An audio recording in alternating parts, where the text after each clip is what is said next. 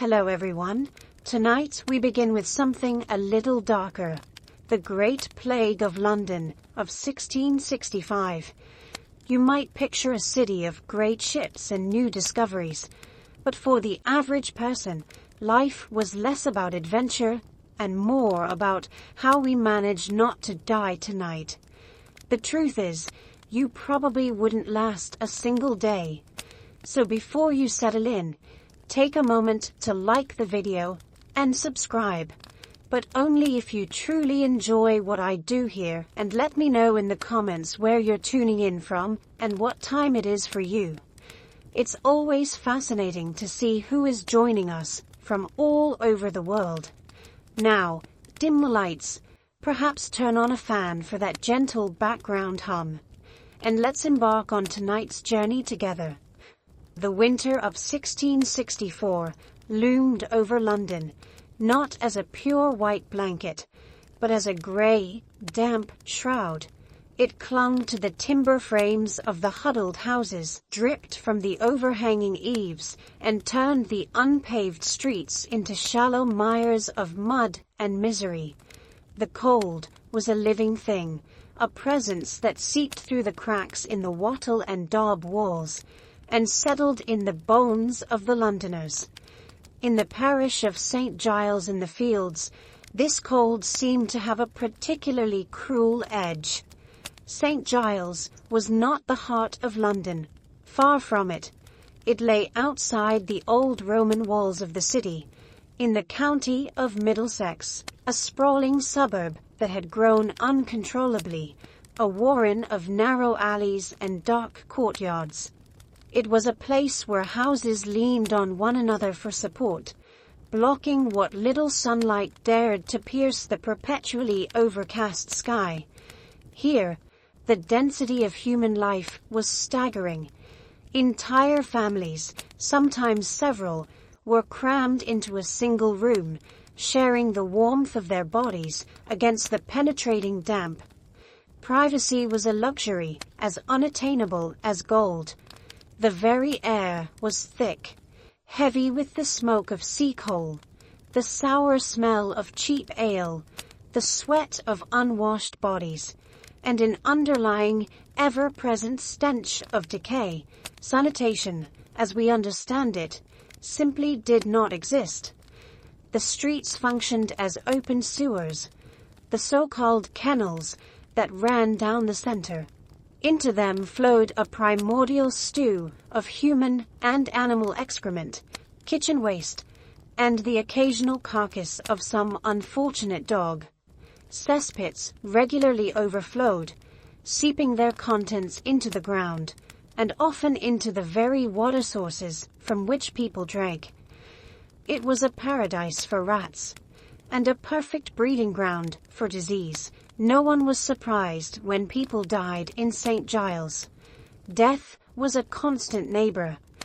Typhus, dysentery, smallpox, consumption, they all made their rounds with a depressing regularity. But in December of 1664, something was different. Subtly, a murmur in the parish records. One death, then another. They were recorded as anything else, of course. The bureaucratic machinery of London mortality had its own peculiarities. The cause of death was determined by the searchers, usually elderly, poor women of the parish, who were paid a few pence to examine a corpse and declare a cause. Their medical training was non-existent. Their diagnosis was based on folklore, superstition, and what they were told by the grieving relatives, who had a vested interest in avoiding one particular word. That word was plague. A diagnosis of plague meant disaster. It meant the shutting up of the house, the loss of trade, ostracism, and most likely the death of the entire household. So when a man named Richard Andrews died in early December, followed shortly by his wife Rebecca Andrews, no one uttered the dreaded word. Perhaps it was spotted fever, or the ague. Anything would do. yet the symptoms were troubling to those who knew what to look for. High fever, delirium, and most tellingly, the painful swellings in the groin or armpits, the buboes, the tokens of the plague. Through that winter, the disease seemed to flicker like a candle in a draught. There were a few more deaths in St. Giles, and in neighboring St. Clement Danes. Then, for several weeks, nothing.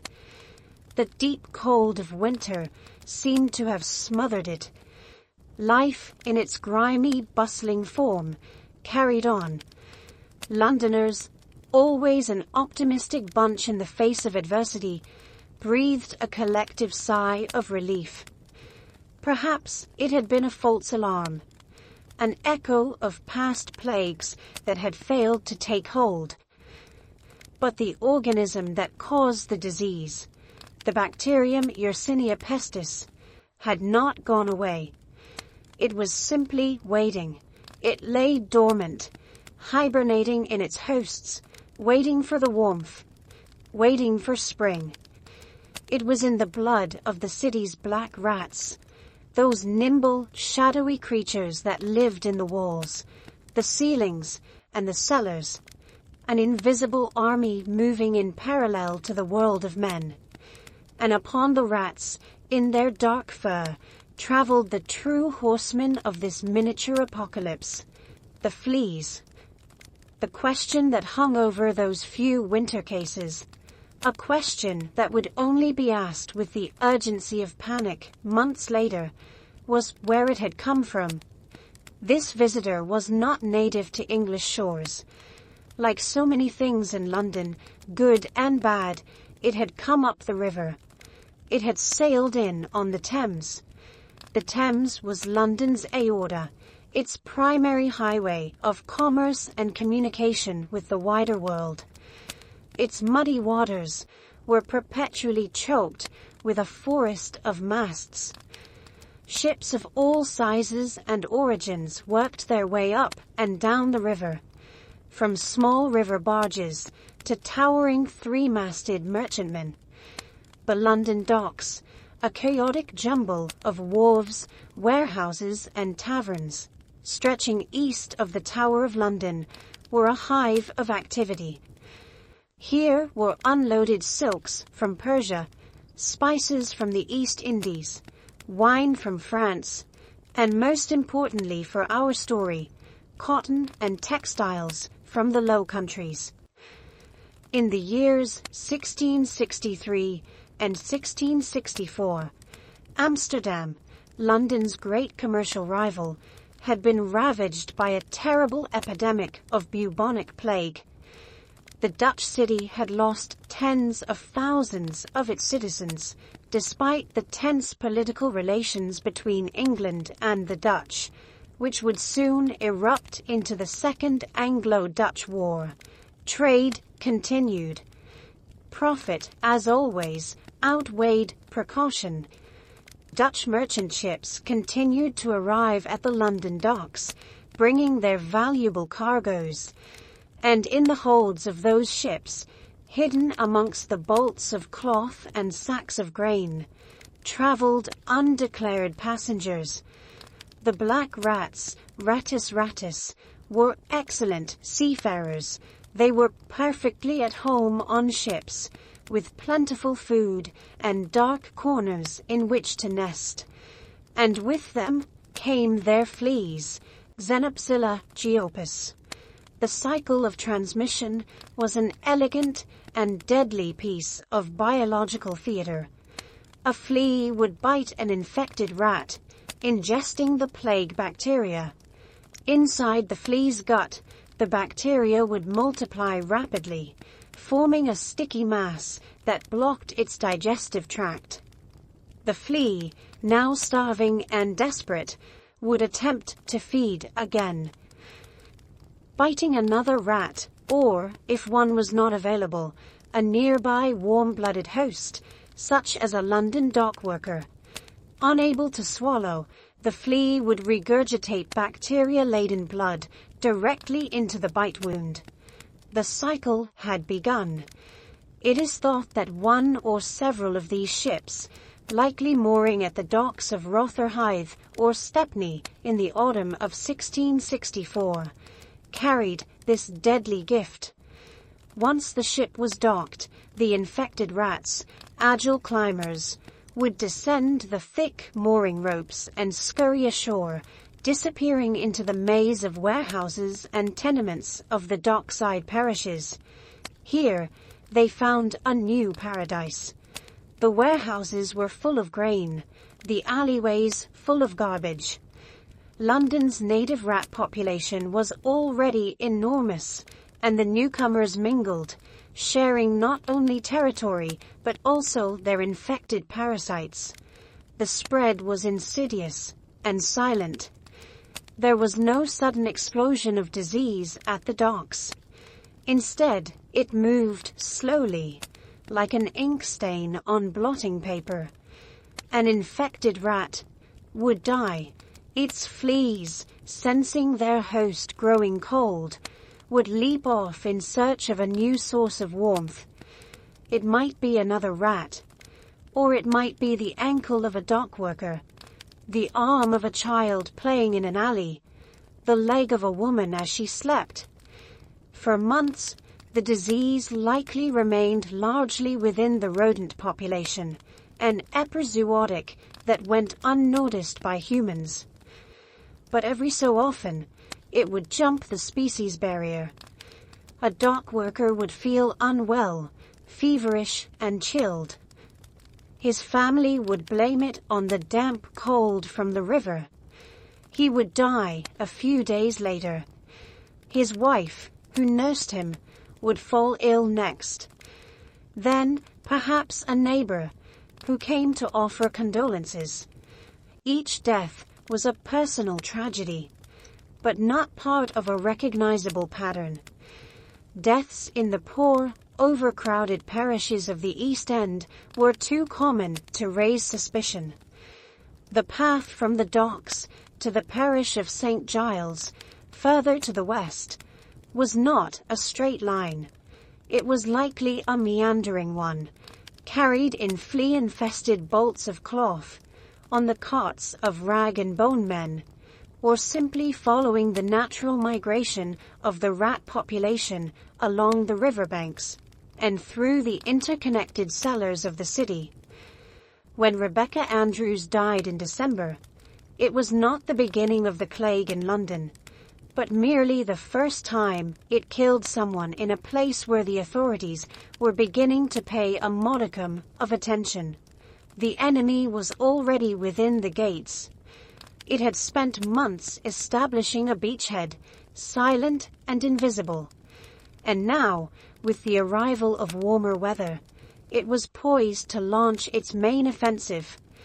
As the winter of 1664 thawed into the muddy spring of 1665, official denial became a tacit policy.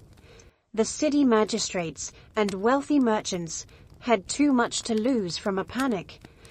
Trade was the lifeblood of London, and the word plague was poison to trade. The weekly mortality records, known as the Bills of Mortality, continued to show rising numbers of deaths attributed to fevers and other convenient ailments.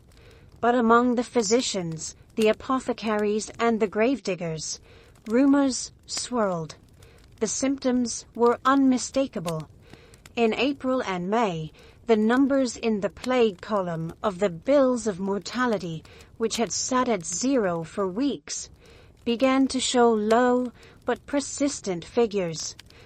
1, 2, then 8, then 17. The candle that had flickered through the winter had now been rekindled, and the spring wind was fanning the flame. By June, denial was no longer sustainable. The plague had broken out of St. Giles and was spreading with alarming speed through the neighboring parishes of Holborn, Fleet Street, and the warren of alleys around Drury Lane. The number of officially recorded plague deaths jumped to 43 in the first week of June, then to 112, then 168. And everyone knew the true figures were much, much higher. The panic the authorities had so desperately tried to avert began to take hold of the city. The wealthy, who had the means and the country houses to flee to, began to pack their belongings. King Charles II and his court made plans to relocate to Hampton Court, and then, further still, to Salisbury and eventually Boxford. Their departure was the signal many had been waiting for. Soon, the roads leading out of London were choked with the carriages of aristocrats, merchants, and anyone who could afford to escape the doomed city. For those who remained behind, whether out of duty, poverty, or sheer resignation, the responsibility for managing the crisis fell to the civic authorities, led by the Lord Mayor of London, Sir John Lawrence. Lawrence was a level-headed and courageous man who, unlike the king, chose to remain at his post in the city. Together with the aldermen and the Court of Common Council, he faced a task of Herculean proportions: to try to contain an epidemic they did not understand. Using tools and methods that had been forged in previous plagues and were at best brutally ineffective, the framework for their response was based on a set of regulations known as the Plague Orders. These were not new. They were a revised and expanded version of orders issued during previous outbreaks, notably that of 1603. They were rooted in the miasmatic theory of disease, the belief that plague was spread by bad airs or poisonous vapors. But their primary strategy was not sanitation, but containment. The guiding principle was simple and terrible: to isolate the sick and the healthy along with them. The central pillar of the Lord Mayor's orders was household quarantine. When a person in a house was diagnosed with the plague, the entire house was sealed. Not just the sick individual, but their entire family, their servants, their lodgers, all were locked in together. The front door was nailed shut or padlocked from the outside. Upon the door, a parish official would paint an ominous sign, a 1-foot-high red cross, and beside it, the words that would become the epithet of the suffering city: "Lord, have mercy upon us." To enforce this mass house arrest, watchmen were appointed. A watchman was posted outside each shut-up house, day and night. His job was to ensure that no one left and that no one unauthorized entered. He also acted as the family's sole link to the outside world, purchasing and delivering food and other necessary supplies, which would be left at the door. These watchmen were conscripted from among the poorer citizens, men paid a small stipend for an incredibly dangerous job. They were constantly exposed to the disease and were often the object of their neighbors' scorn and fear. Unsurprisingly, corruption was rampant. A bribe could purchase the freedom of a healthy and desperate prisoner, who might then flee, potentially carrying the disease with him. The policy of shutting up the houses was, in essence, a death sentence, by confining the healthy with the sick in cramped, poorly ventilated spaces. The authorities created perfect incubators for the plague.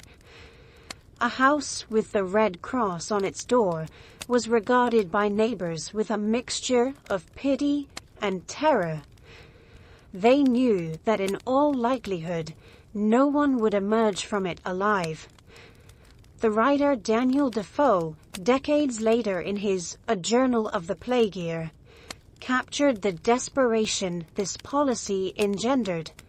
The cries from the windows, the attempts to escape, the madness that overtook entire households as they awaited their turn to die.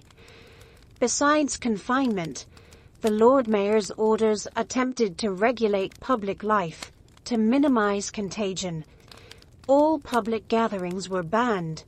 The theaters, which had been the pulsating heart of Restoration cultural life, closed their doors.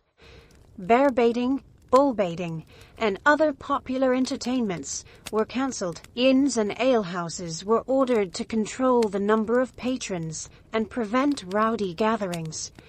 Funerals were ordered to be held at night, with no mourners accompanying the body to the grave, in an attempt to reduce crowds and exposure. Measures were taken to try to cleanse the city, albeit based on a flawed understanding of the disease. Citizens were ordered to sweep the fronts of their houses daily. Huge bonfires were lit in the streets and at crossroads, burning tar and other aromatic substances in the hope of purifying the foul air. One of the most tragic and counterproductive orders was aimed at domestic animals. Believing that cats and dogs could be carriers of the plague, the Lord Mayor ordered a mass cull. Special dog catchers were appointed who roamed the streets, killing any animal they found. An estimated 40,000 dogs and 200,000 cats were slaughtered. It was a catastrophic mistake by eliminating the primary natural predators of rats. The authorities unwittingly allowed the rodent population, the true reservoir of the disease, to explode. The army of the plague was not just unhindered, it was reinforced. To administer this system, a bureaucracy of death was created. Each parish was divided into districts, and examiners were appointed for each one. It was their job to investigate any suspicious death and report it. If plague was confirmed, the searchers would move in to officially verify it. The constable would then be informed, who would order the house sealed and a watchman assigned. It was a system designed for order and control, an attempt to impose a bureaucratic logic on biological chaos. But as the summer wore on, and the weekly deaths rose from the hundreds into the thousands, the system began to crumble under the unbearable strain.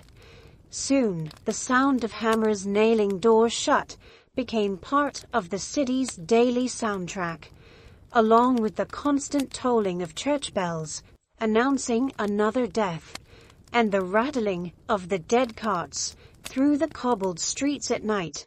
The watchmen, the red crosses, the smoking bonfires, all of it transformed the landscape of London into a nightmarish vision. The Lord Mayor's orders, born of a sense of duty and based on the conventional wisdom of the age, were not stemming the tide.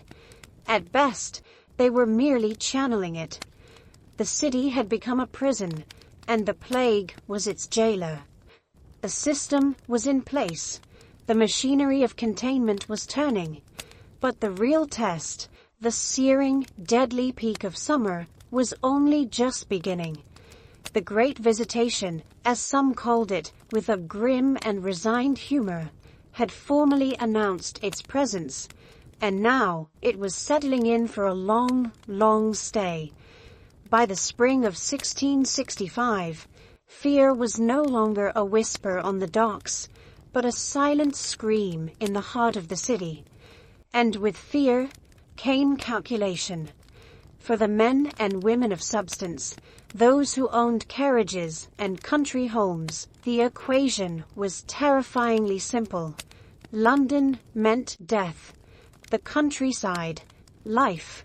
The exodus began not as a flood, but as a stealthy tide. A quiet, well-shod retreat from the city's core. The first to set the example, as ever, was the king. Charles II, a man who knew the art of survival well, did not wait for the plague to knock upon the gates of Whitehall. In early July, with the heat rising and the mortality figures climbing with it, the royal court packed its bags.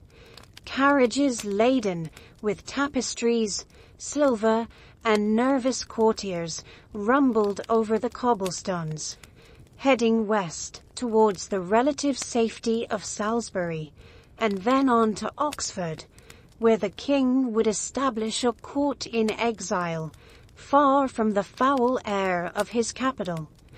He was not alone. The aristocracy, the judges, the bishops, the most eminent lawyers, and the wealthiest merchants followed his lead. It was a methodical evacuation of wealth and power.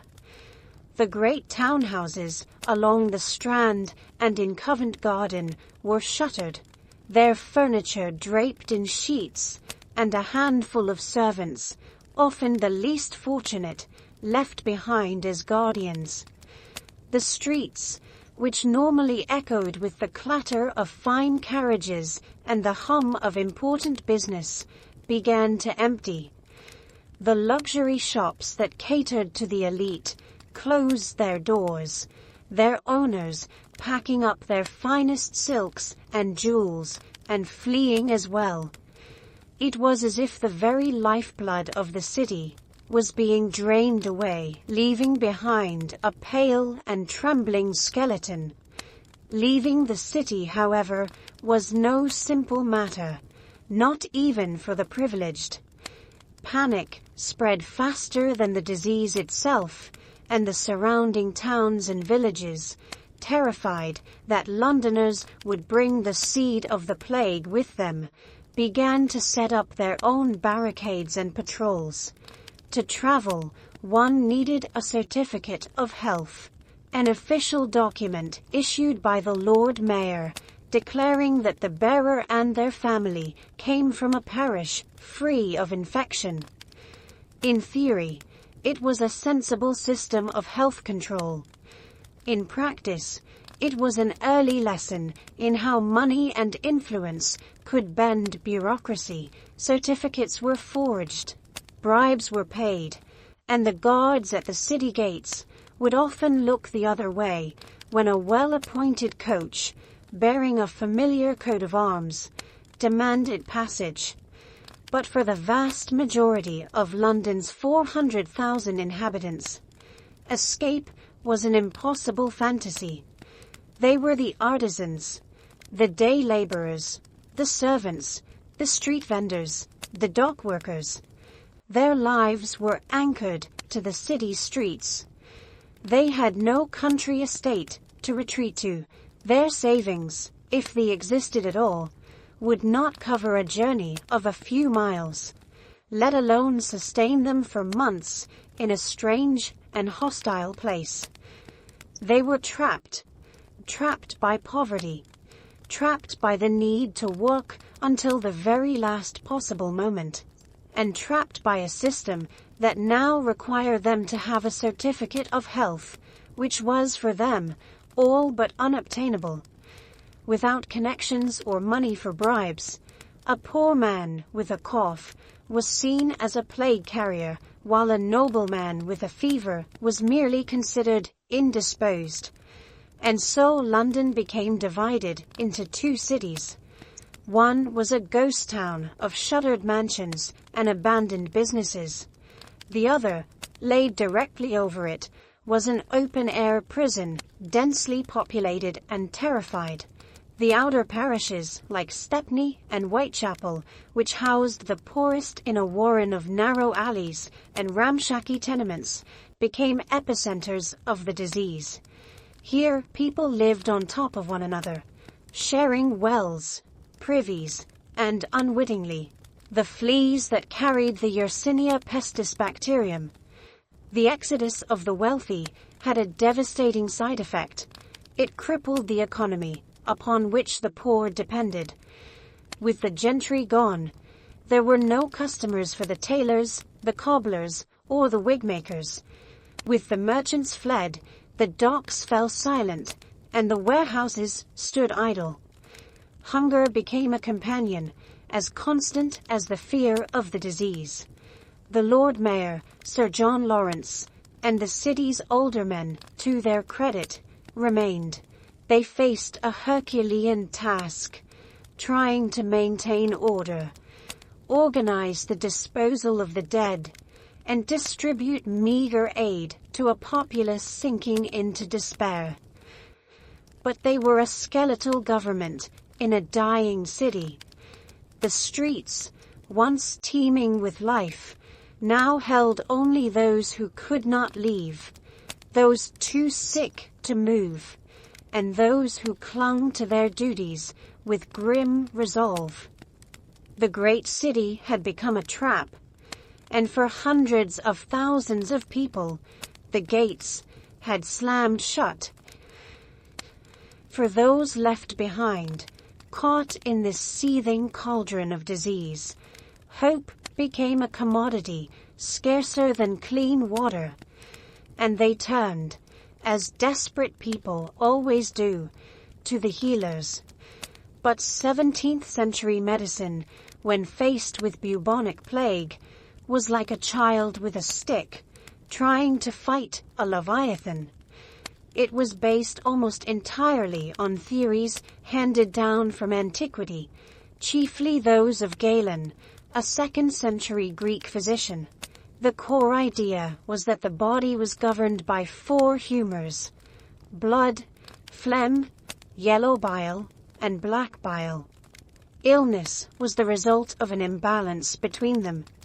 But for the plague, the dominant theory was even more primitive, the miasma theory. It held that disease was caused by miasmata, or clouds of foul, poisonous air, which emanated from decaying matter, swamps, and corpses. The plague, therefore, was not passed from person to person, but was breathed in from the air itself. This fundamental belief dictated nearly every public health measure and personal remedy. If the air was poisoned, the logical solution was to purify it. City authorities ordered bonfires to be lit at street corners, burning day and night, filling the already heavy air with the acrid smoke of wood and tar. Inside their homes, people burned anything with a strong scent: juniper, frankincense, sulfur. They clutched pomanders, small metal bowls filled with aromatic spices like cloves, nutmeg, and ambergris, holding them to their noses whenever they ventured outside. The irony, of course, was that the smoke may well have deterred the fleas, but for entirely the wrong reasons. The smell itself was believed to be the prophylactic, not its effect on a disease vector that no one knew existed. Into this landscape of fear and olfactory confusion stepped a figure who has become the macabre symbol of the age: the plague doctor. His iconic outfit was not a piece of theatrical costume, but an early, terrifying piece of personal protective equipment designed entirely around the miasma theory. Picture him, a man cloaked from head to toe in a long coat of leather or waxed canvas.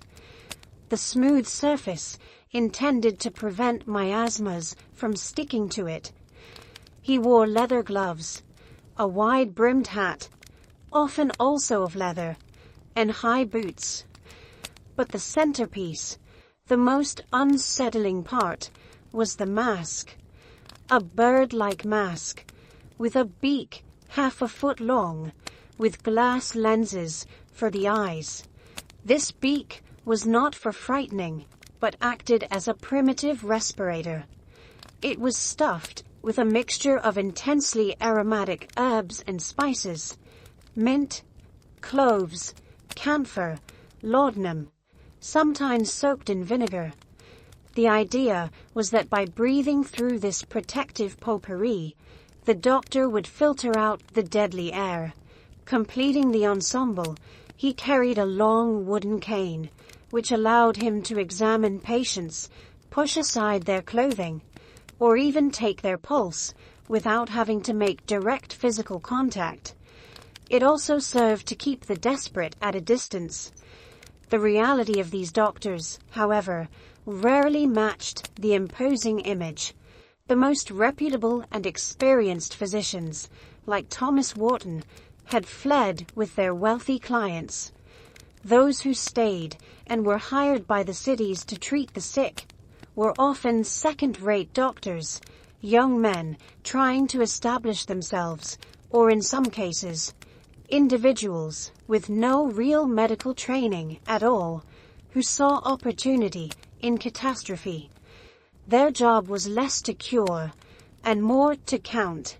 They would travel the parishes, confirming diagnoses and logging the numbers of the dead for the official records. Their treatments, when they were attempted, were brutal and ineffective, rooted in the same humoral tradition.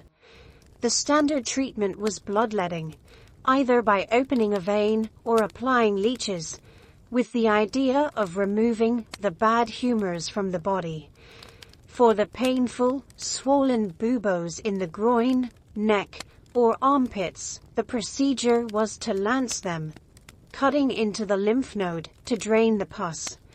Often they would apply a poultice made from anything from pigeon droppings to roasted onions to draw out the poison. These procedures, incredibly painful and performed in unsanitary conditions, often only succeeded in weakening the patient further, introducing new infections and hastening their death. Dr. George Thompson, one of the few physicians who stayed and wrote of his experiences, even conducted an autopsy on a plague body, an act of scientific bravery in an age of superstitious terror. He nearly died for it. For the common Londoner, with no access even to these dubious professionals, the market was flooded with desperate remedies and quacks. Newspapers and posters pasted on walls advertised miracle potions and protective charms. There was Dr. Goddard's plague water, the anti-pestilential pill, and endless antidotes. These concoctions often contained harmless ingredients, like herbs and spices, but some were truly dangerous, including mercury and arsenic in small doses. People would hang bags of arsenic around their necks, believing it would draw the poison from their bodies. They swallowed powdered unicorn horn, usually narwhal tusk. One of the strangest remedies involved holding the plucked backside of a living hen against the buboes until the hen died, in the belief that the bird would draw out the disease. Tobacco, a relatively new commodity, was hailed as a powerful prophylactic.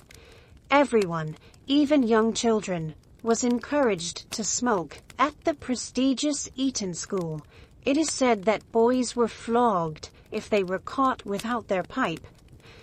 Quacks made a fortune from human desperation. They stood on street corners, selling bottles of colored liquid and promising immortality for a few shillings. They exploited the belief that the plague was divine punishment, selling amulets inscribed with prayers or Kabbalistic symbols. And the people, seeing no other option, bought. They bought the potions, they wore the charms, and they smoked for tobacco, all in a futile effort to ward off an invisible enemy they did not understand. The medicine of 1665 was not a science. It was a blend of guesswork, tradition, and superstition.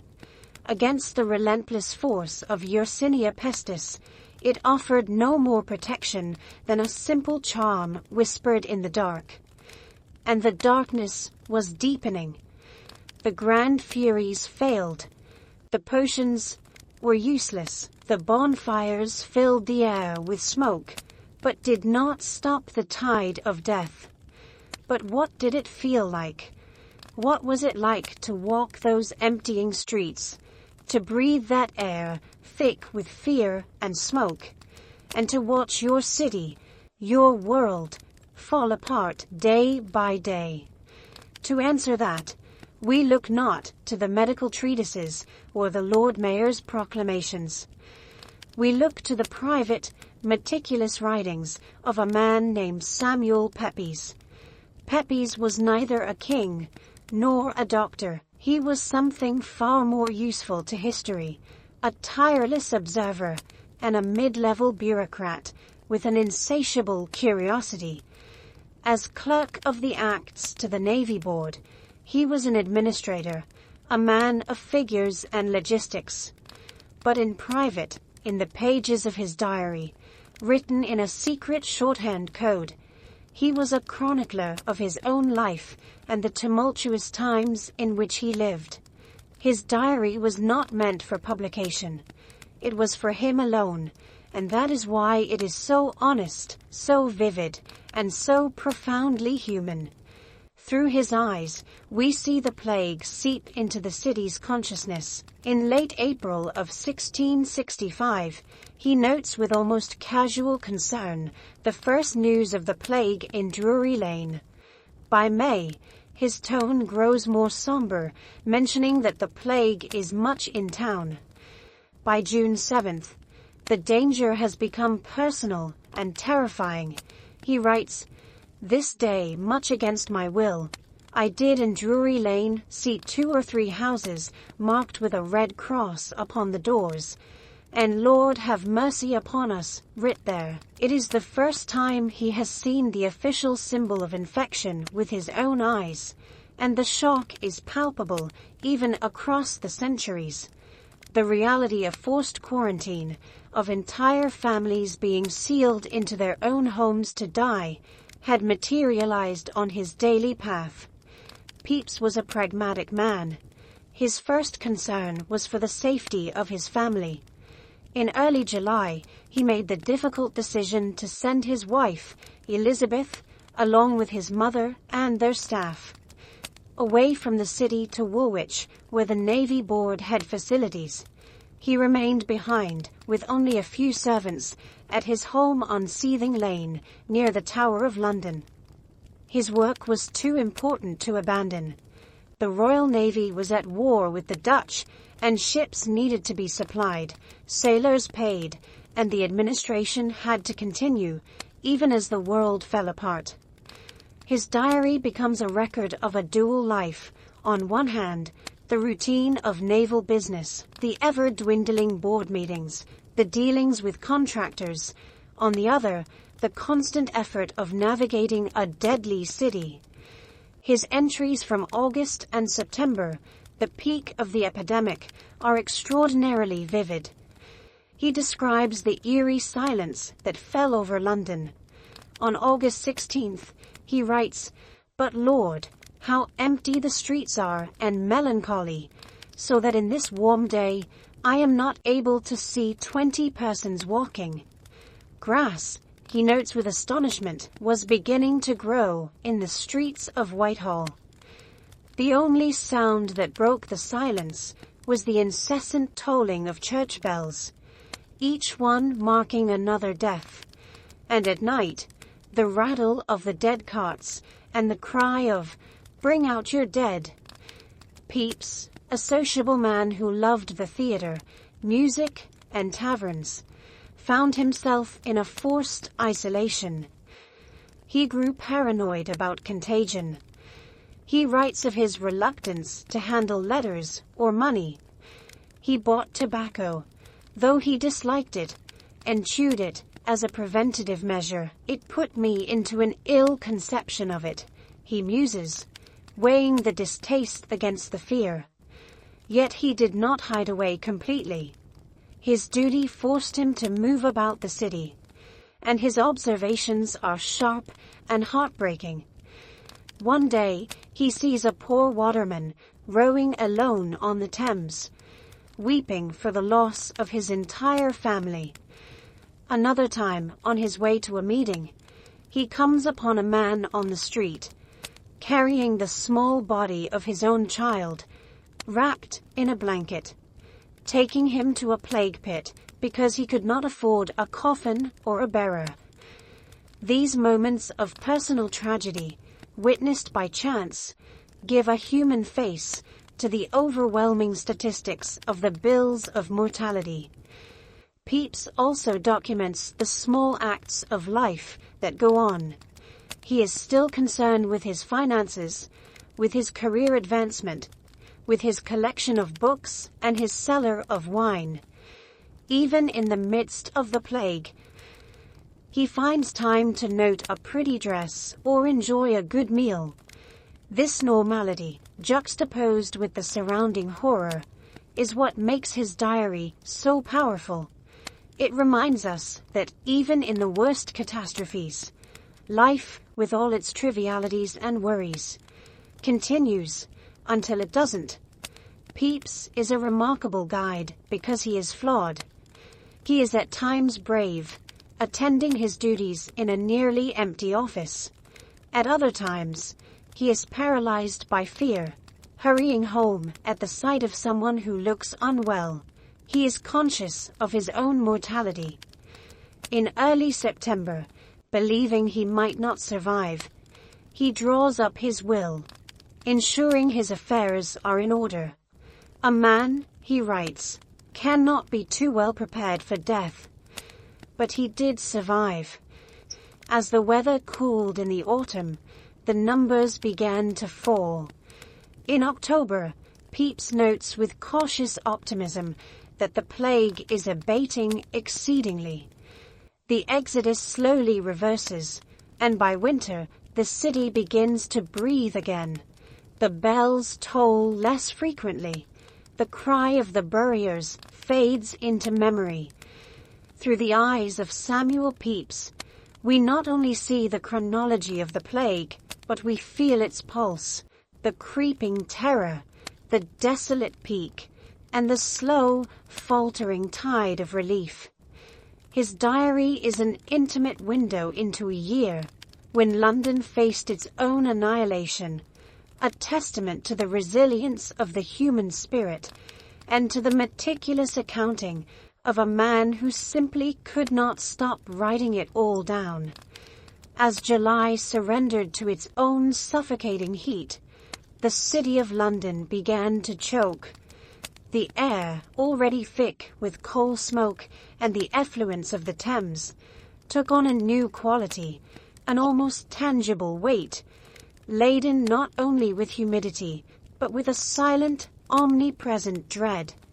The spring exodus had become a summer stampede, but for the hundreds of thousands who remained, trapped by poverty, duty, or simple resignation, the world had shrunk to the confines of their own parish, then their own street, and finally, their own cross-marked house.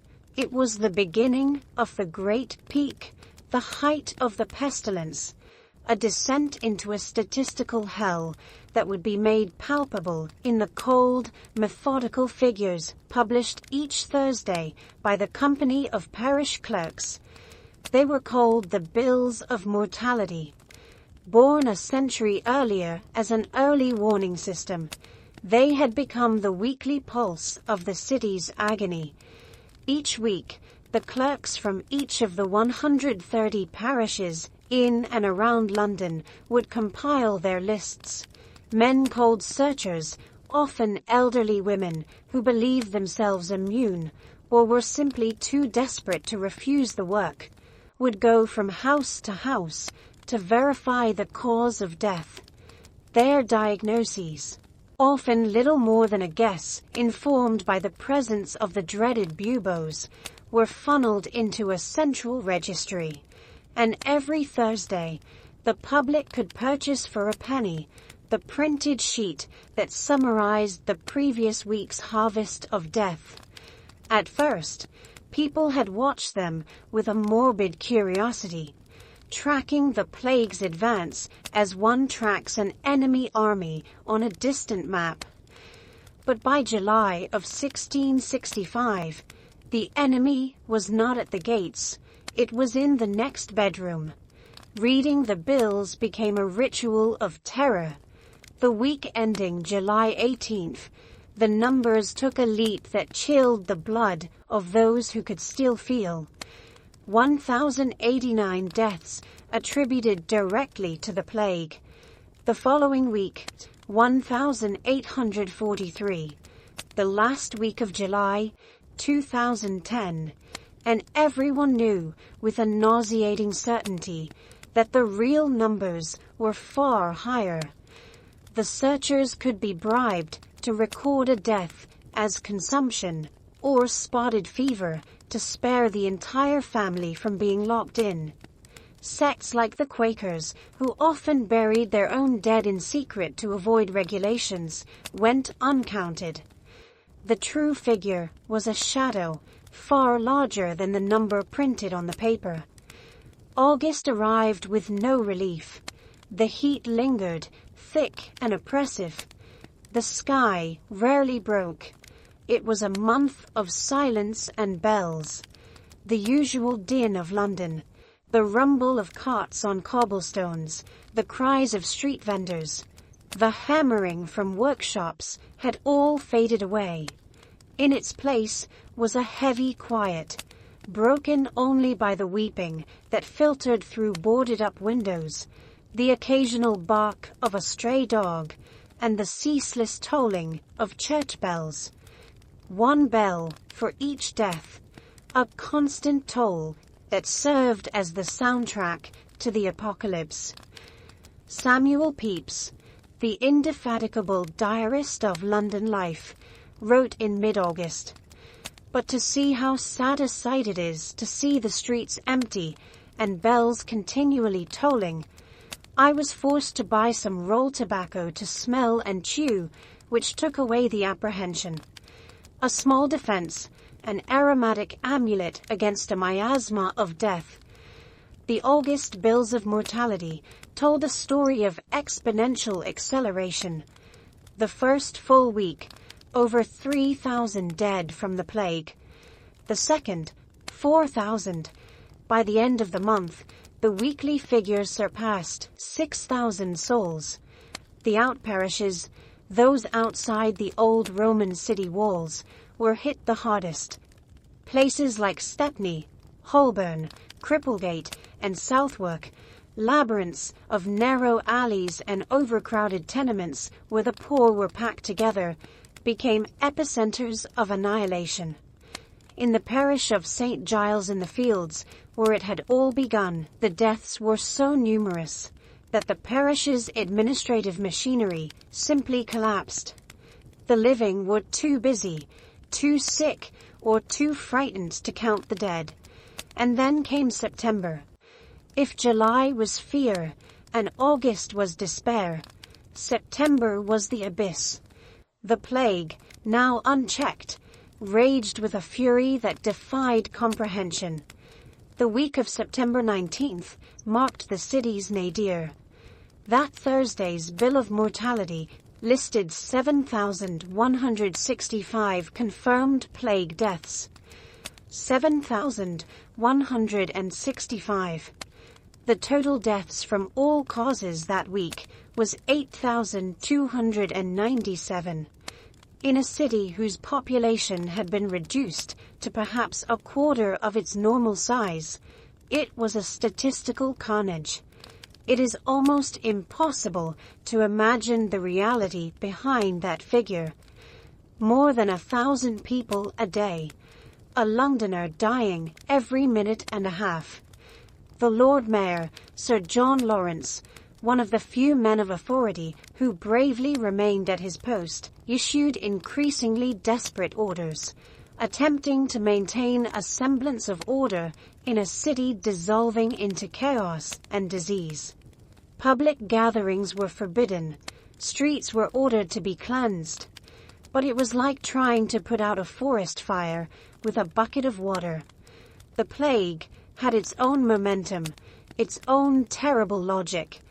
In the empty streets, grass began to grow between the cobblestones. Houses with the red cross and the words, "Lord, have mercy upon us," painted on their doors, were now the norm, not the exception.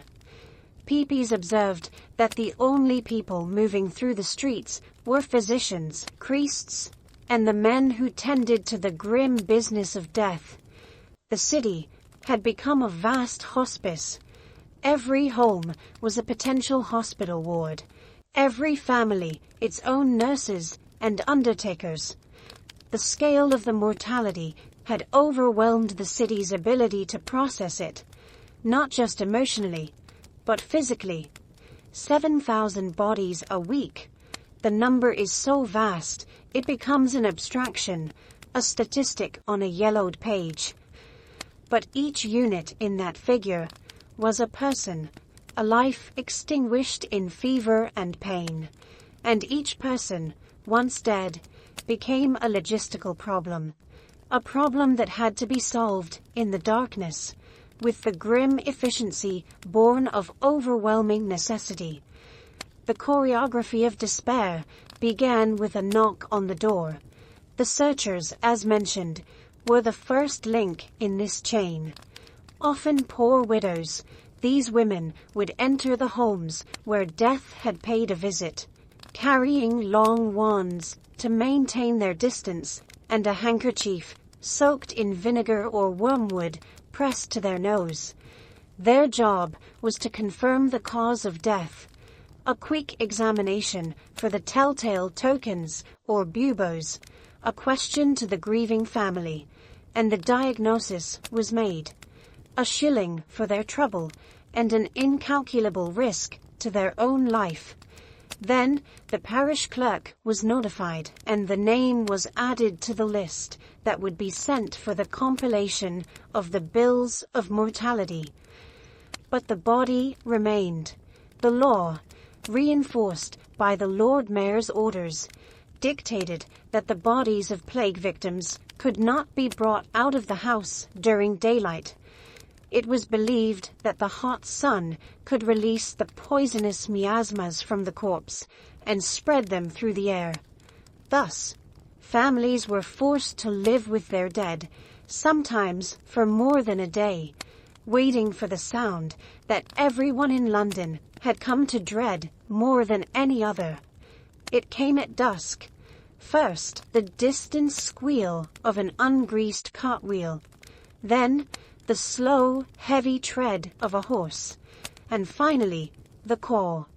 A monotone, emotionless voice, echoing in the silent alleys. "Bring out your dead." It was the cry of the corpse collectors, the bearers. Men who, like the searchers, were often the poorest of the poor, or criminals offered the job in exchange for a pardon. They moved in small teams, often drinking to dull the horror and the stench. Their arrival was a signal of finality. Doors would open, and bodies, often wrapped only in a sheet or the clothes they died in, were brought out and unceremoniously placed in the open cart. Sometimes family members performed the task. Other times, too sick or weak themselves, they would simply point from a window, and the bearers would enter to do their work. The dead cart was a vision from a nightmare. A simple farm wagon pulled by a single horse that slowly filled as it moved along its parish route. Bodies of men, women, and children, piled one on top of the other, in a tangle of pale limbs.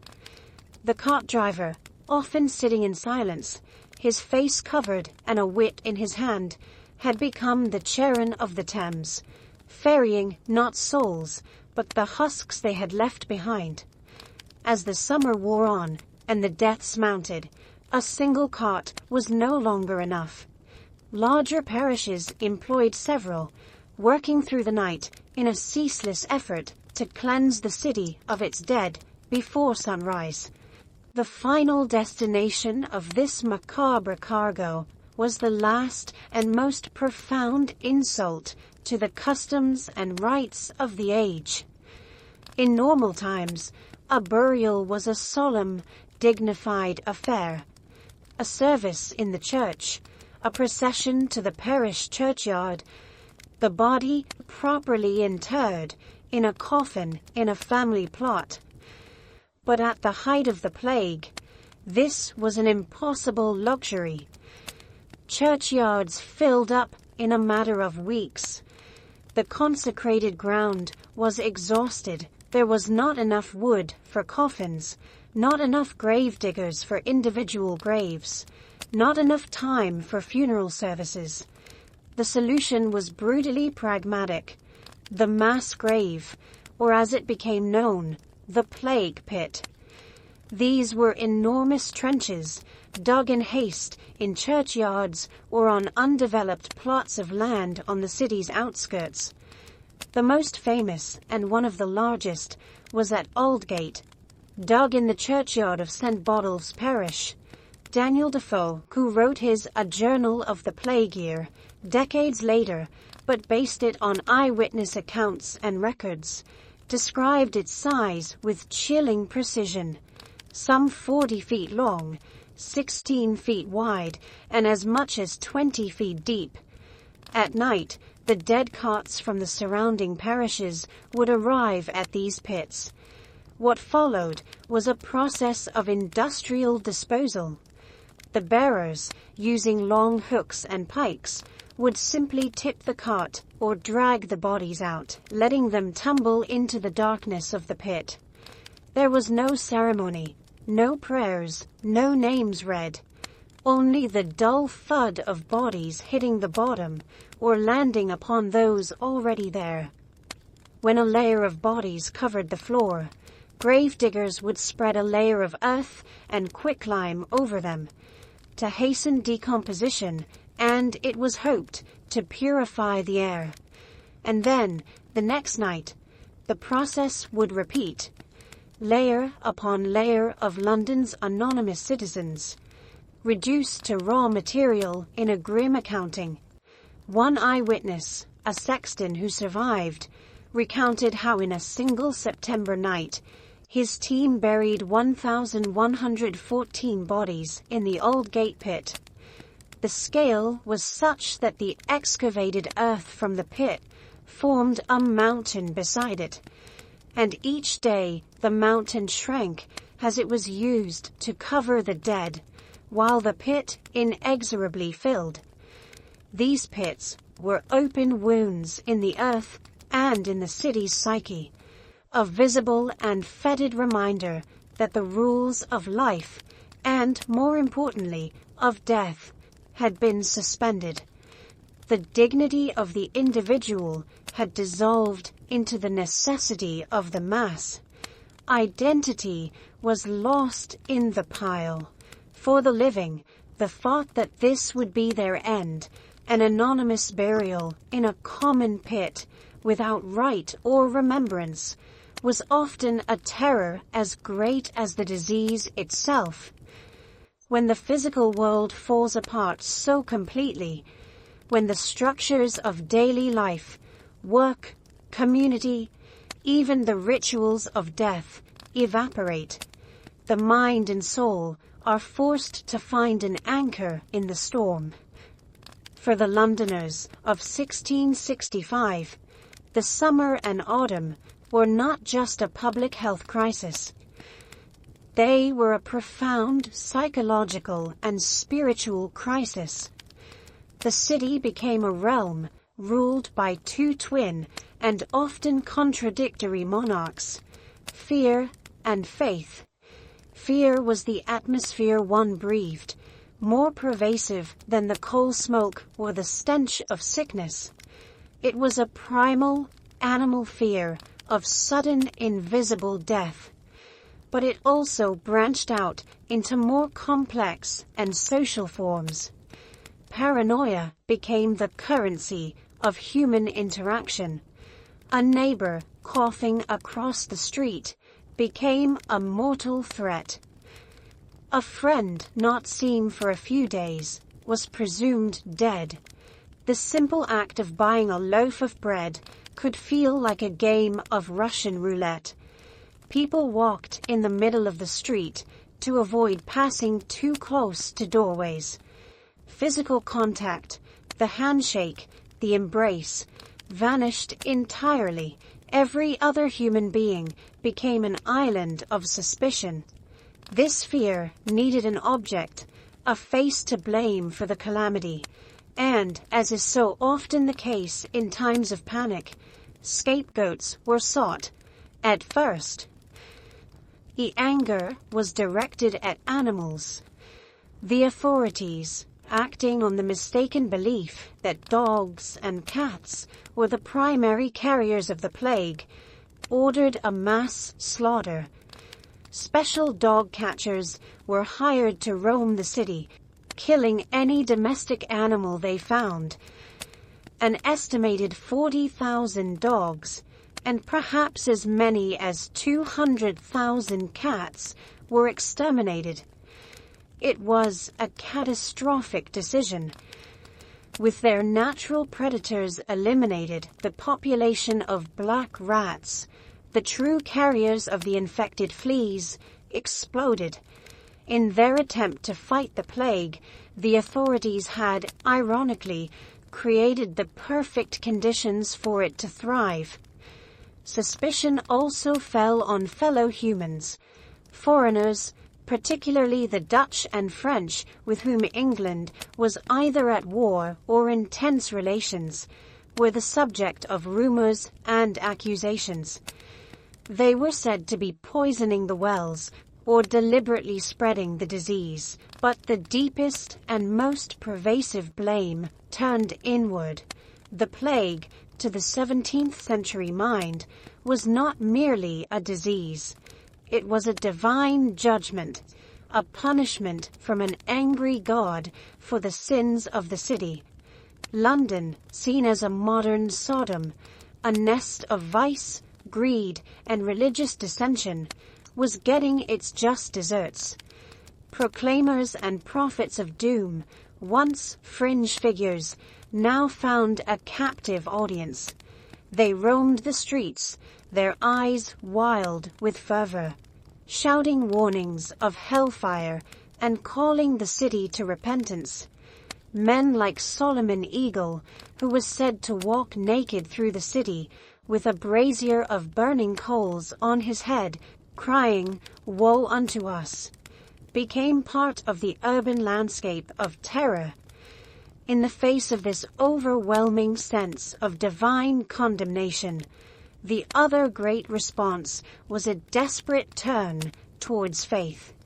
If God was punishing London, then perhaps God could also save it. While many clergy of the established Church of England fled alongside their wealthy patrons, a significant number stayed, risking their lives to offer comfort to their decimated flocks. And the people flocked to the churches.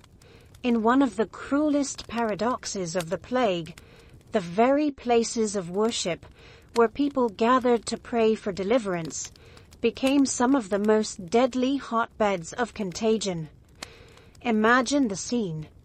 A church like St. Giles Cripplegate, dark and crowded. Hundreds of parishioners packed into the pews, sweating in the summer heat, listening to a sermon on the wrath and mercy of God. The air is thick, heavy with the smells of incense, sweat, and fear.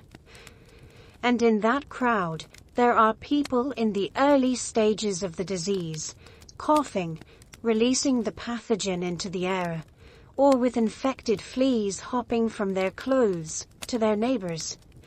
People came seeking salvation and unwittingly found infection. The faith that brought them to church became the vehicle of their own destruction. Yet they kept coming. The need for solace, for ritual, for a sense of community amid the forced isolation, was too strong. The sermons of the time reflected the desperation. They spoke of the end of days, of the need to examine one's conscience, to prepare for an imminent death. For many, The only hope left was not to survive the plague on earth, but to secure the salvation of their soul in the hereafter. This religious fervor also opened a door for the dissenting or nonconformist preachers, those who had been silenced and persecuted after the restoration of the monarchy. With many Anglican pulpits empty, these brave men came out of the woodwork. Baptists, Quakers, and Presbyterians, who saw the plague as a vindication of their warnings against the corruption of the established church, began to preach openly in the streets or in abandoned churches. They became heroes to many of the poor who felt abandoned by both the state and the official church. Men like Thomas Vincent, a Presbyterian preacher, became famous for their passionate sermons and their refusal to leave the city, walking among the sick and dying to offer prayer and comfort. And so the city was caught in this terrible dichotomy. In one house, a family clung to superstition, hanging amulets on their doors and distrusting their neighbor's shadow. In the house next door, another family knelt in constant prayer, commending their souls to God. And in the street, the dead cart passed to collect the dead from both houses, making no distinction. Fear and faith danced a macabre waltz in the empty cobbled streets. Both were attempts to impose an order, a narrative, onto a chaos that defied reason. Fear created rules of avoidance and blame. Faith offered a framework of sin and redemption. But the bacterium Yersinia pestis understood neither theology nor paranoia. It simply went on its way, indifferent to the prayers, the blame, and the endlessly tolling bells, a steady pulse marking the rhythm of the longest, darkest summer London would ever know. The height of the pestilence was a trial by fire that burned not just bodies, but souls, leaving the survivors in a transformed world, a landscape of silence and memory, where the ghosts of thousands walked beside them. As the August sun, relentless and copper-hued, hung over the rooftops of London, transforming the Thames into a ribbon of fetid vapor, life for those trapped within the city had been reduced to a series of meticulous and repetitive rituals, a ballet of survival, performed in the claustrophobic space of a few rooms. The grand narrative of the plague, with its overwhelming numbers and official edicts, faded into the background of a much more immediate and personal reality: how to secure the next day's bread without inviting death to your table. Survival was no longer a large-scale strategy. It was a domestic affair, a matter of locks, vinegar, and a trembling faith in the solidity of one's own walls. Securing food became the central act of each day, a silent drama that unfolded in thousands of homes. The markets, like Leadenhall or Cheapside, remained open, but they were potential death traps. They operated with a skeleton crew of merchants, often farmers from the surrounding counties who, driven by need or greed, ventured to the city gates. They did not enter fully. They would leave their goods at designated meeting points, like crossroads on the outskirts, where city middlemen or the bravest citizens would go to collect them. Money was a problem. Coins, having passed through countless hands, were seen as vectors of contagion. The solution was simple and medieval: vinegar. Buyers would drop their shillings and pence into bowls or jars filled with vinegar, hoping the acidic liquid would purge any trace of the plague. The seller, their face covered with a cloth soaked in the same liquid, would retrieve the coins with a pair of tongs. It was a contactless, dehumanized trade, where every transaction was a gamble. For the wealthier families who had remained, the problem was delegated. A servant was sent out, often the youngest and most expendable, with a list and a pouch of coins. This servant became the weakest link in the household's defensive chain. Upon returning, they were subjected to a ritual of purification at the door. They were forced to strip, to wash their body with water and vinegar, and to put on clean clothes that had been left ready for them. The provisions they brought back were meticulously cleaned. Bread was passed over a flame. Vegetables were washed repeatedly. The clothes they had worn outside were submerged in boiling water or left to air out for days. It was a system built on fear and a rudimentary understanding of contamination. For the less fortunate, there were no servants to send. The head of the household, or whoever felt strongest or luckiest that day, had to venture out. The journey was an exercise in calculated paranoia. One walked down the center of the street, as far as possible from doorways and windows. A handkerchief soaked in vinegar or a mixture of aromatic herbs was held against the nose and mouth. Tobacco became a popular prophylactic. It was believed that the smoke cleansed the tainted air, the famous miasma. Men, women, and even children learned to smoke, filling their lungs with acrid smoke in the hope that it would keep the pestilence at bay. Crossing paths with another person on a narrow street was a moment of unbearable tension. Both pedestrians would press themselves against opposite walls, holding their breath, their gaze fixed on the ground. Until the danger had passed, the sound of a distant cough was enough to make the heart race and one's pace quicken. Inside the home, confinement created its own kind of hell. The forced quarantine, the infamous shutting up of a house with a red cross painted on the door, was a death sentence for most. But even for those who isolated themselves voluntarily, the psychological pressure was immense. Families lived crowded together, breathing the same air, sharing the same fear. Every sneeze, every chill, every headache was analyzed with a feverish intensity.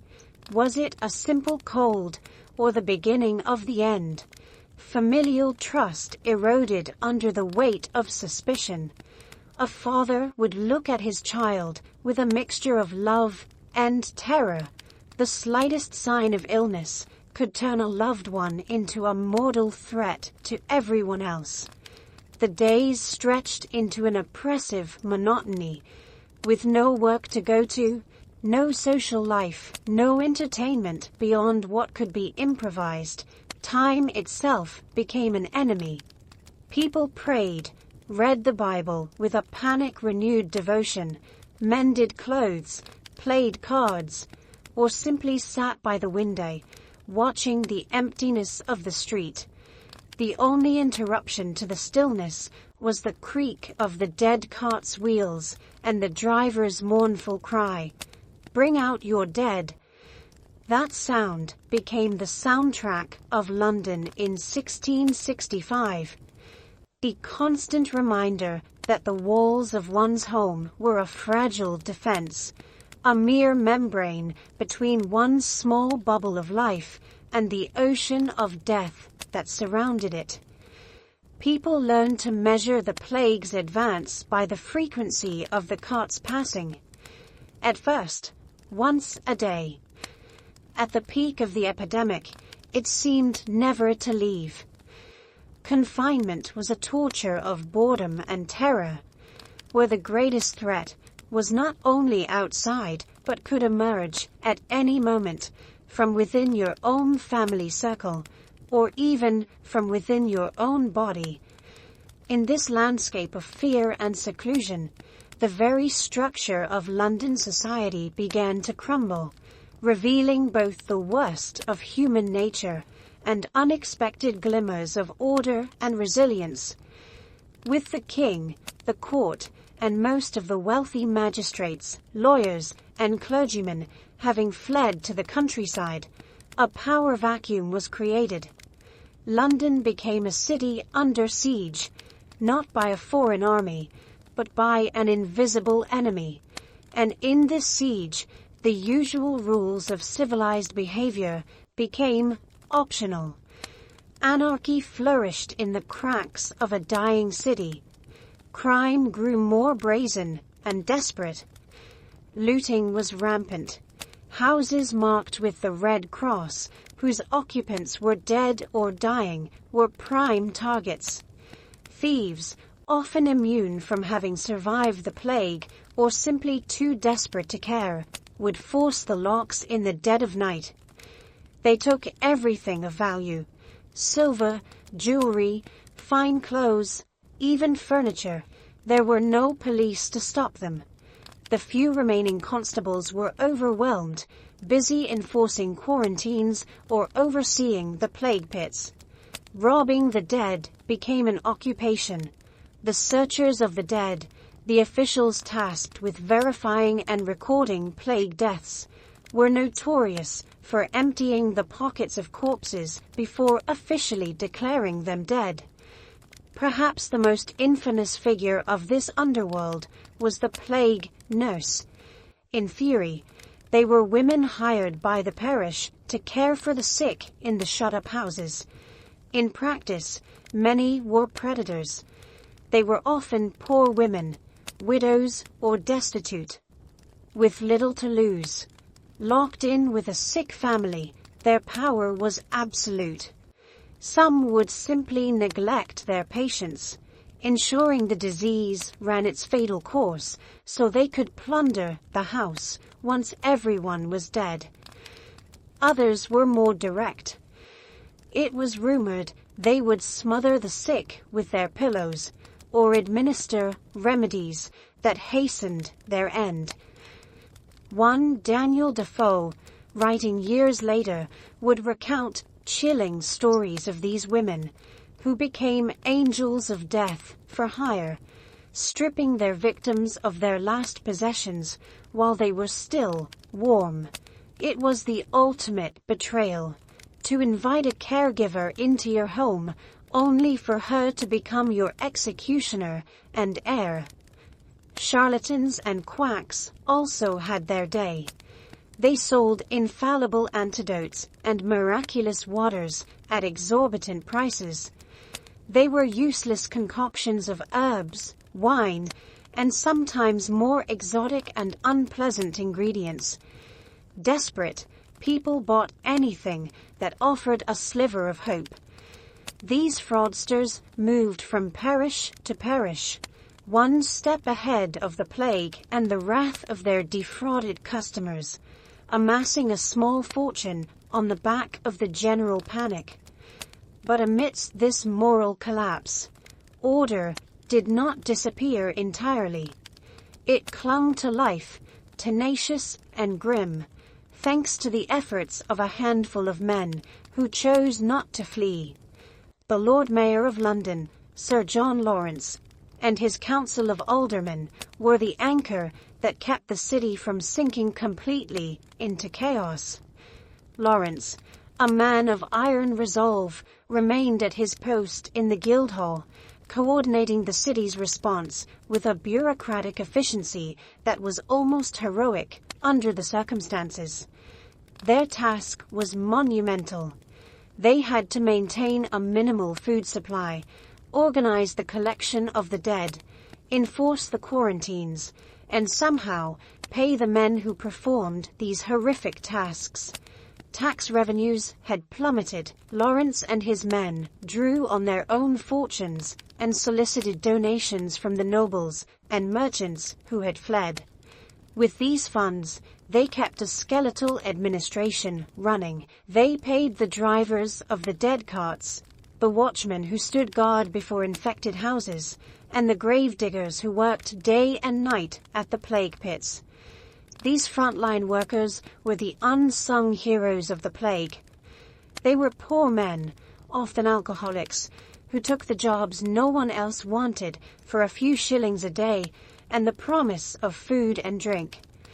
They were despised and feared by the populace, seen as bearers of death. Yet their work was essential. Without them, the bodies would have piled up in the streets, and the city would have drowned in its own dead. The system was not perfect. Corruption was common. Watchmen took bribes to allow people to escape from quarantined houses. The gravediggers were often drunk. But it worked, just barely. There were also acts of extraordinary civic kindness. Neighbors who left food on the doorsteps of shut-in families. Physicians, like the notable Nathaniel Hodges, who stayed to tend to the sick, knowing each visit could be their last. Clergymen who continued to give sermons in near-empty churches and visit the dying to offer last rites. These acts did not stop the plague, but they kept a flame of humanity alive in the darkest of hours. They showed that even as the social fabric tore, some threads refused to break. London in the summer of 1665 was not just a city of opportunists and thieves. It was also a city of stubborn bureaucrats, desperate laborers, and decent citizens who, faced with the apocalypse, simply chose to carry on with their jobs. The order they maintained was not elegant or just, but it was order nonetheless, a precarious bulwark against total anarchy. And so the city endured, suspended between law and chaos, through the months of scorching heat. September was the apex of the horror. The weekly bill of mortality reached its peak, recording over 7,000 plague deaths in a single week. The stench of death was so thick, it was said you could taste it in the air. The plague pits, like the one at Aldgate, were filled to the brim. It seemed the city could bear no more, that the creaking, overburdened machinery of survival would finally break. And then, something changed. It was not a divine miracle or a new remedy. It was something much simpler, much more mundane. It was the weather. In late September and early October, the air began to take on a different edge. The nights grew longer and colder. The oppressive blanket of summer heat began to lift, replaced by a cool breeze that swept through the empty streets. For the first time in months, people felt a chill that was not a symptom of the pestilent fever. Winter was coming. The narrative of the plague, which until then had been told through tolling bells and the cries of town criers, began to change its tone. The source of this new hope was a simple, grim document, the bills of mortality.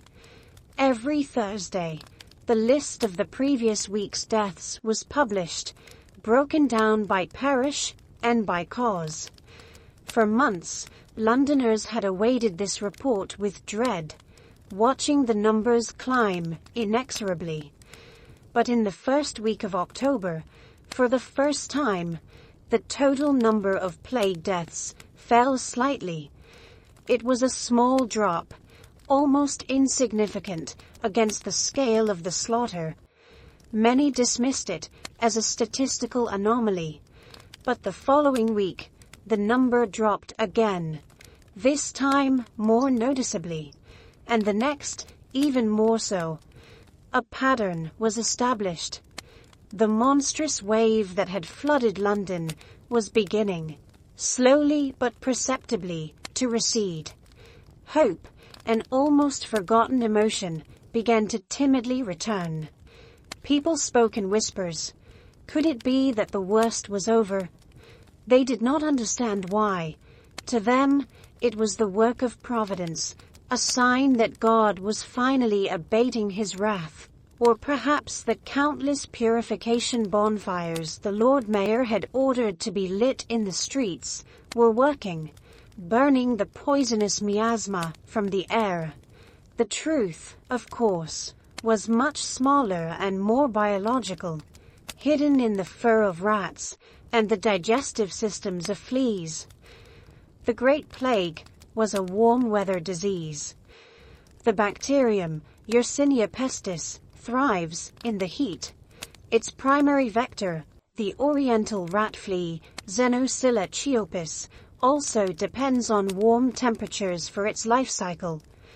During the summer, the flea's reproductive cycle is fast and efficient. A female flea can lay hundreds of eggs, which hatch into larvae and mature into adults in a matter of weeks. When the bacterium infects the flea, it multiplies in its gut, creating a blockage. The flea, starved and desperate, bites its host, a rat or a human, frenetically, regurgitating thousands of bacteria into the wound with each attempt to feed. This biological mechanism is a terribly effective disease transmission machine, and in the heat of the summer of 1665, it was running at full capacity. But the cold changed everything. As temperatures dropped below 10 to 12 degrees Celsius, this life cycle slowed dramatically. The flea's metabolism grew slower. Its reproductive cycle lengthened, reducing the number of new fleas, and most importantly, the Yersinia pestis bacterium ceased to multiply as effectively in the flea's gut.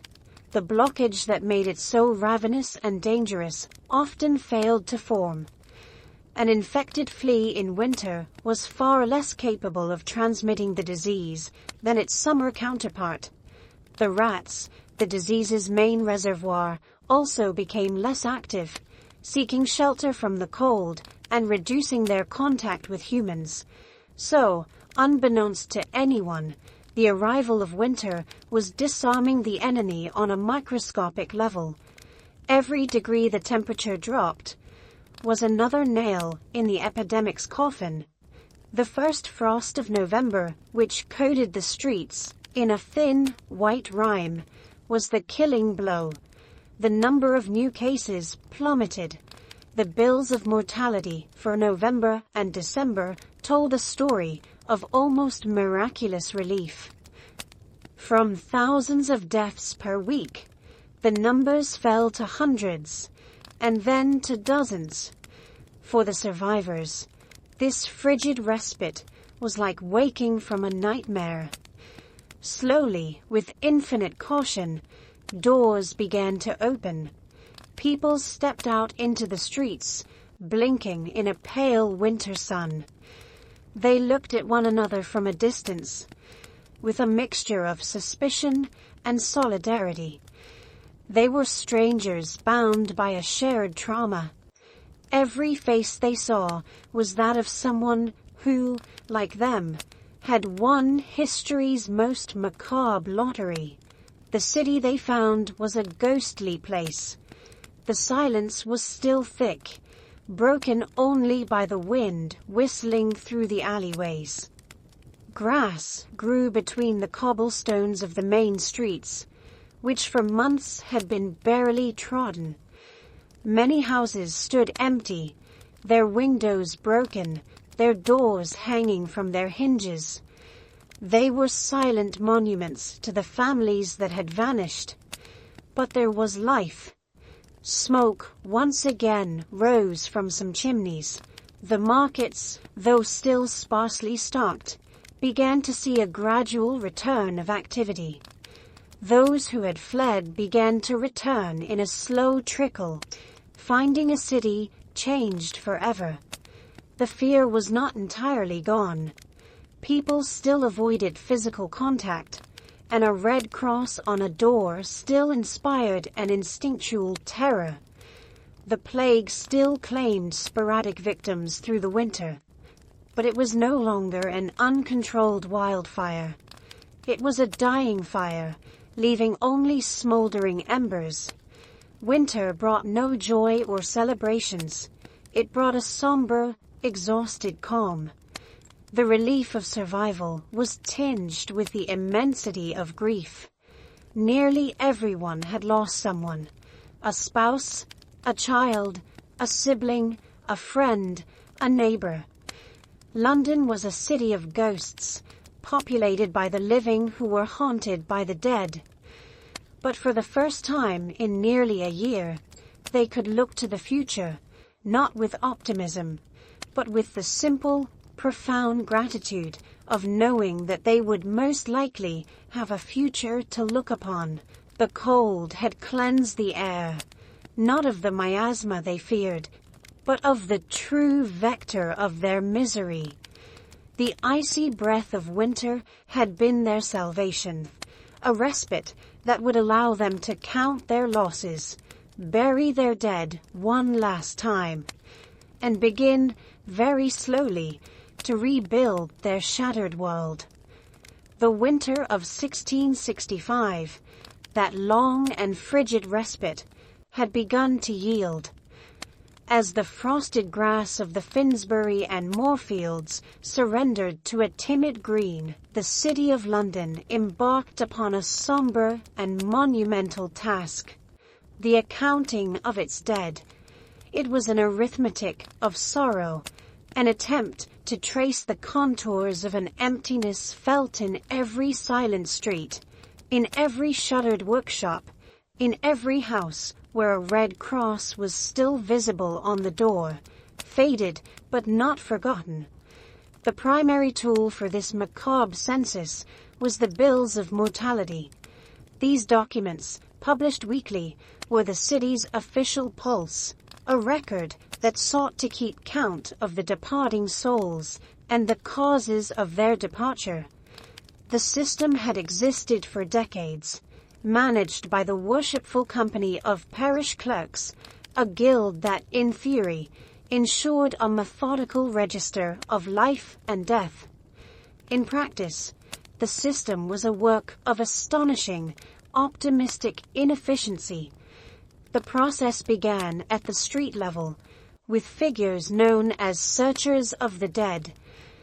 They were generally older women, often poor and illiterate, appointed by the parish to a task that no one else desired. When a death was reported, one of these women would go to the home, examine the body, often in an advanced state of decay, and render a judgment on the cause of death. Their diagnosis was based on folklore, on superficial observation, and frequently on the persuasion of the grieving family. They received a small stipend for each body inspected, an incentive to continue working in the worst imaginable conditions.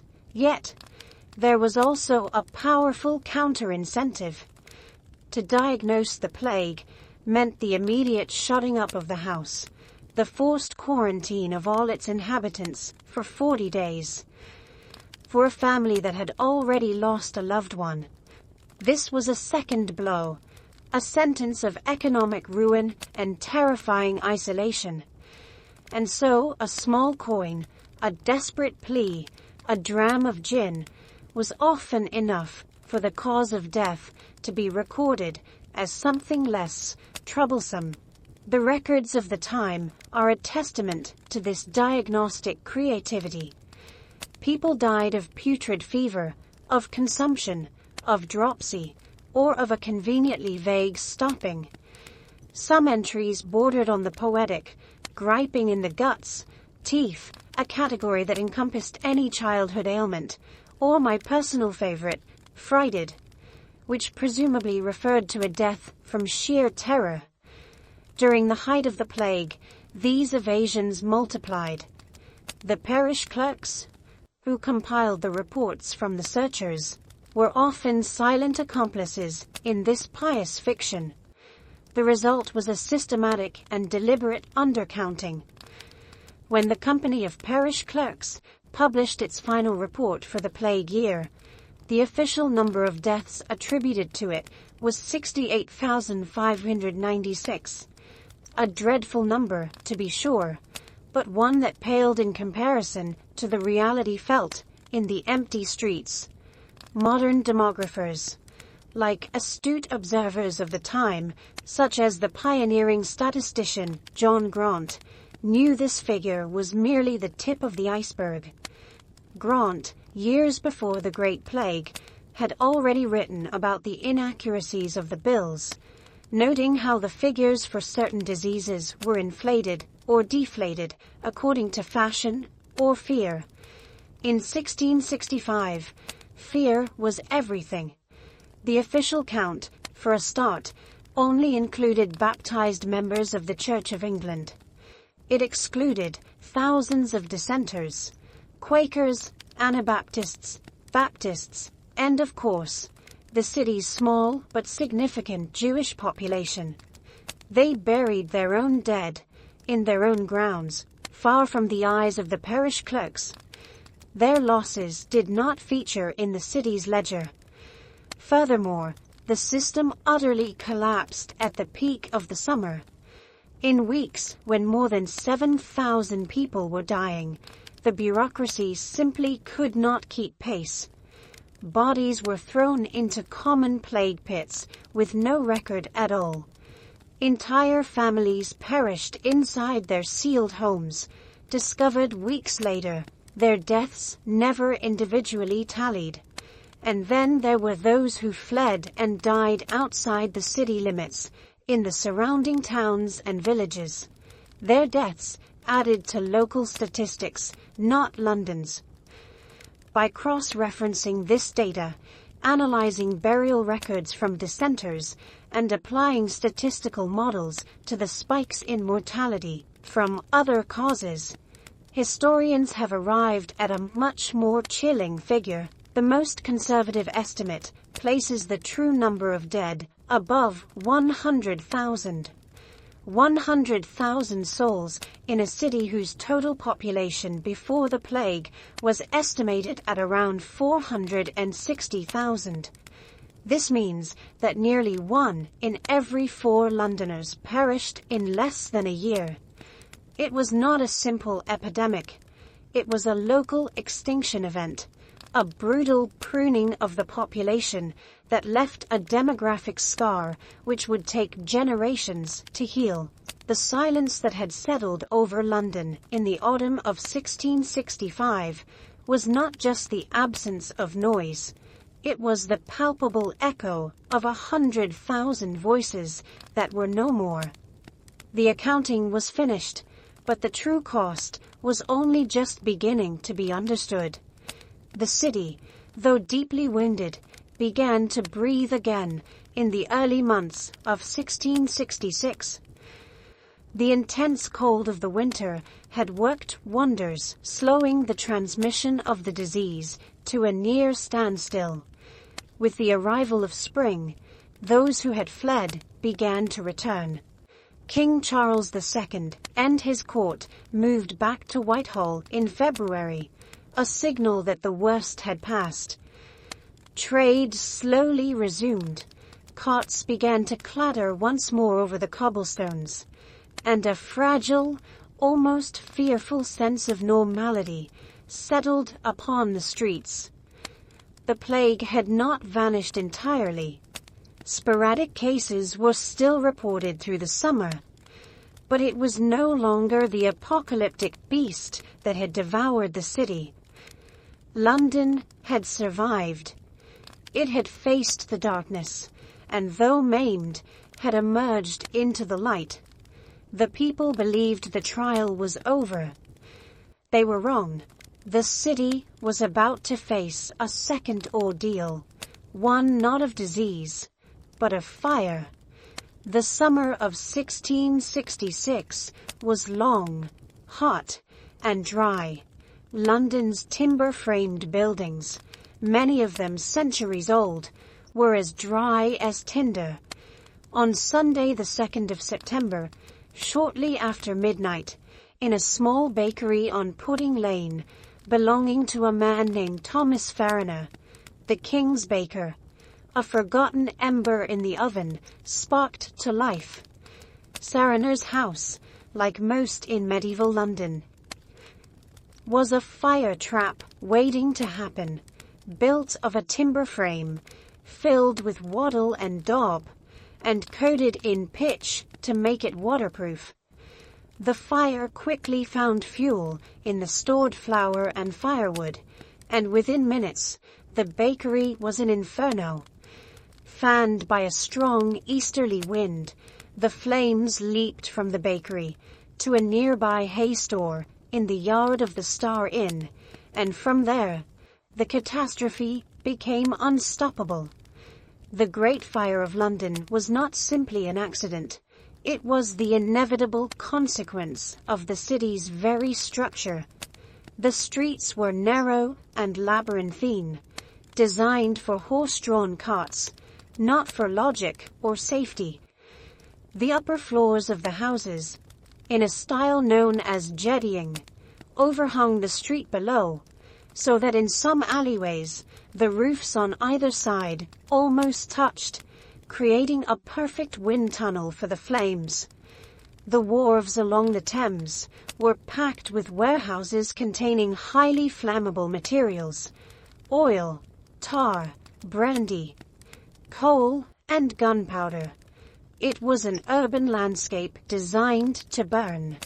The initial response was a disaster of indecision and bureaucracy. The Lord Mayor of London, Sir Thomas Bloodworth, was woken and brought to the scene. His assessment, now infamous, was one of monumental disdain. "Pish! A woman might piss it out," he is said to have muttered before returning to his bed. That phrase, whether apocryphal or not, encapsulated the paralysis of the authorities. 17th century firefighting methods were woefully inadequate.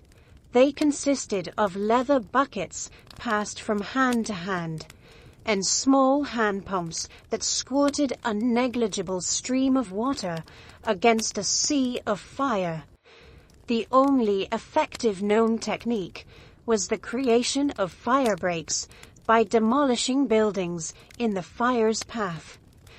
But this required decisive authority and a willingness to destroy private property, something Bloodworth and the city aldermen were loath to do, fearful of the lawsuits that would follow. It was the diarist Samuel Pepys who, seeing the scale of the disaster from his home, took the initiative. He rowed down the Thames to Whitehall to alert the king personally. Charles II, showing more decisiveness than the mayor, instantly granted his authority to pull down any house necessary and put his brother, the Duke of York, in command of the operations. But by then, the fire had a life of its own. It surged westward, consuming everything in its path. The noise was deafening. The crackle of timber, the crash of beams, the shouts of people, and the dull roar of collapsing buildings. The heat was so intense that the lead from the roofs of churches melted and ran in silver streams down the streets. St. Paul's Cathedral, the Gothic heart of the city, thought to be fireproof with its stone walls, became a death trap. Booksellers had stored their valuable volumes in the crypt, believing it to be the safest place in London. But when the wooden scaffolding surrounding the cathedral for repairs caught fire, the roof collapsed and the flames breached the crypt, turning thousands of books into a paper furnace. The fire raged for 4 days. When it was finally contained, thanks to a change in the wind's direction and the mass use of gunpowder from the Tower of London to create effective fire breaks, the heart of the medieval city had been erased from the map. More than 13,200 houses, 87 parish churches, the Royal Exchange, the Guildhall, and the majestic St. Paul's lay in smoking ruins. Almost immediately, a powerful and enduring myth arose that the Great Fire had been a blessing in disguise, a divine purge that had cleansed London of the plague once and for all. It is an attractive narrative, full of symmetry and poetic justice, and like all good myths, it contains a kernel of truth wrapped in a great fallacy. The truth is that the fire did destroy the poorest, most overcrowded, and unsanitary neighborhoods of the city, the very areas where the plague had wreaked its worst havoc. The flames incinerated the flea-infested wooden hovels and killed countless rats that hid in cellars and sewers. In that sense, the fire performed an urban clearance of unprecedented brutality. However, to credit it with ending the Great Plague is to ignore the timeline. As we have seen, the epidemic was already in steep decline by September 1666. The mortality rate had returned to near normal levels. A cold of the previous winter had been the plague's true executioner, interrupting the life cycle of the fleas. The fire, if anything, was the coup de grace to an already dying enemy. Its true legacy was not the purification of disease, but the destruction of a world. The old London, the London of Shakespeare and the Tudors, had turned to ash. Upon its ruins, a new city would have to be born. From the ashes of the medieval city rose an unprecedented opportunity, a blank slate upon which to redesign the greatest metropolis in Europe. In the weeks after the fire, while the ground was still warm and the air smelled of soot, the architects, thinkers and visionaries of England saw their moment. Grandiose plans for a radical rebuilding were put forward. The most famous was that of Christopher Wren, a brilliant professor of astronomy at Oxford with a prodigious talent for architecture. His plan for London was a masterpiece of Baroque logic. A city of wide avenues radiating from monumental squares, with churches sited at focal points to create imposing vistas. It was a design inspired by Paris and Rome, a London of order, grandeur, and reason, designed to ease traffic and promote health. John Evelyn, a scholar and diarist, friend of Pepys, proposed a similar plan, as did the scientist Robert Hooke. They all dreamed of a city reborn, geometric and fire-resistant. These plans were magnificent, they were rational, and they were utterly doomed to fail. The reason for their failure was not a lack of vision, but the stubborn reality of private property and English law. To impose a grid of straight streets upon the warren of the old city, the state would have had to carry out a massive, compulsory purchase of land. Every merchant, every homeowner, would have seen their small plot absorbed into a grand new boulevard. The legal structure and political mindset of 17th century England simply would not allow it. Property rights were deeply entrenched, and King Charles II, who had already lived through a civil war and exile, had neither the political capital nor the desire to wage a legal battle with thousands of his subjects. Furthermore, there was an overriding economic need to rebuild quickly. London was the commercial engine of the nation, and every day its wharves and markets lay in ruins. The entire country suffered. And so, instead of a Baroque utopia, the rebuilding largely followed the old medieval street plan. Property owners rebuilt their homes and shops on the foundations of the old ones. The labyrinth, in essence, was preserved. However, this does not mean that lessons were not learned. Parliament acted with remarkable speed. passing the Rebuilding Act of 1667. This was a landmark in the history of urban planning, not for its grandeur, but for its pragmatism. The act laid down a strict and detailed building code. Timber was forbidden as the primary building material for exteriors. All new houses had to be built of brick or stone, creating a city of red and gray hues instead of the previous dark timber. House types were standardized, classified according to their location on main streets, side streets, or alleys, with the thickness of walls and the height of ceilings specified for each type. Streets were widened, and the practice of jettying, those overhanging upper floors, was banned forever, allowing more light and air to reach the ground level. These regulations were not based on an understanding of germ theory, which was still 2 centuries away. The prevailing belief was still that disease spread through miasmas, or bad air, but the reforms, born of a fear of fire, had fortuitous sanitary consequences. A city of brick and stone was less hospitable to rats than one of wood and thatch.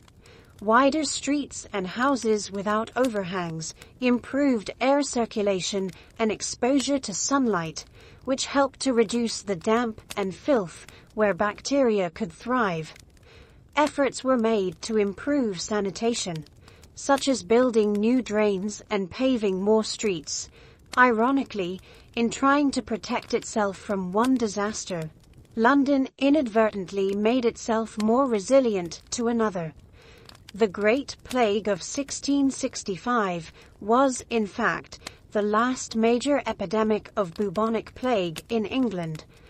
While the fire was not the direct cause of its end, the city that rose from its ashes was structurally less vulnerable to its return. Added to this was a subtle but crucial ecological shift.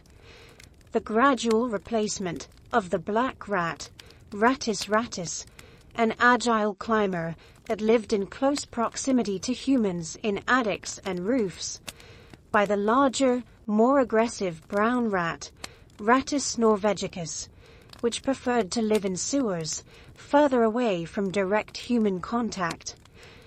The legacy of these 2 twin catastrophes was etched not only into the physical fabric of the city, but also into its collective memory. To commemorate the fire, Christopher Wren and Robert Hooke designed the monument, an imposing Doric column standing 202 feet tall near the northern end of London Bridge.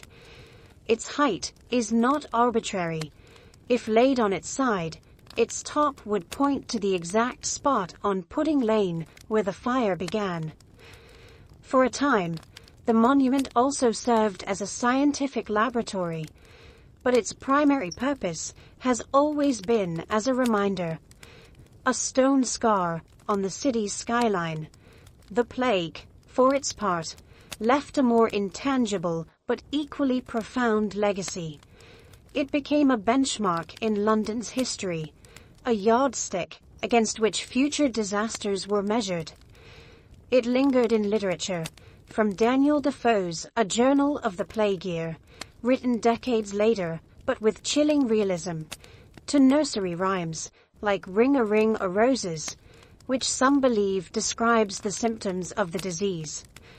The plague and the fire, together, forced London to modernize. They destroyed the organic chaos of the medieval city and replaced it with something more orderly, more secure, and perhaps a little less human.